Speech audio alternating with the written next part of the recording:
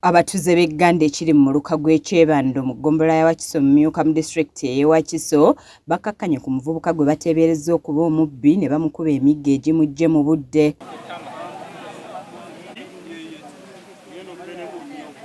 Kigambibwa nti omuvubuka ono atategeerekeseeko mannya azze alondoola omukyala ategeerekeseeko erya Bugembe n'amufumita ekiso ekimuyise mu ttama n'ekigendererwa eky'okwagala okumunyaga. Afumise mukazi akambe mu kamwa.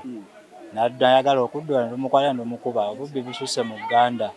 Ono akubye enduulu esombodde abatuuze olwo ne bataayiza omuvubuka ono ne bamukuba kukakkana ng'avudde mu bulamu bw'ensi eno. Bafumisa waliwo omukazi ali ku viivi mu kkoona baga kumuggyako ki ssente. Saawa zino bbiri n'ono azekola ki afumisa omukazi ekiso ne kiyitamu eno mu ttama adduka akole ki bamudduka adduke bamukutte ne bamutta. Obubi bweno bungi nnyo buyitiridde. Bwe tutuukidde mu kitundu kino ng'abantu bakuŋŋaanidde okumpi n'omulambo gw'omuvubuka ono nga bagamba nti bo bakooye ababbi. Obubbi bweyongedde, abatuuze banyiivu, tetumanyi lwaki security tetuyamba, poliisi tetumanyi lwaki tetukola ki tetuyamba. Abantu batubba misana. Olwetolola bw'otyo ogenda okwanika olugoye ku waya ng'omubbi akola ki ayingira. Bagamba tuli ku bunkenke n'abakakiiko tebatuyambye. Era kati tubalinze kudda kutusaba kalulu.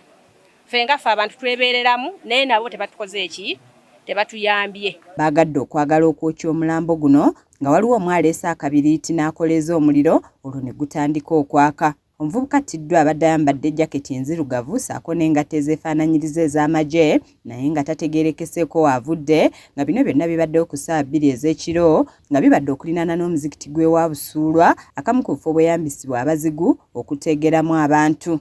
Eyo ennyambala gy'oyinza okugamba nti no ya security oyinza okusanga nga n'owa boda agyambala kubanga bangi abantu. Omulala oyinza omusanga ng'azambadde nga zikola nga gambuutuse ewuwe.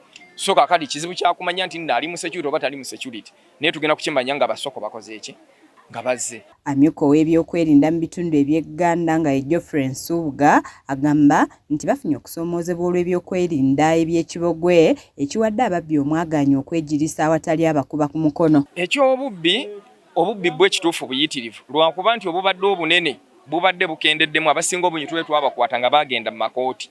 Kati situmanyi kano kalabika oba kabondo kalala ekyo kye tutamanyi kubanga ebibuuzo biri mu kimu.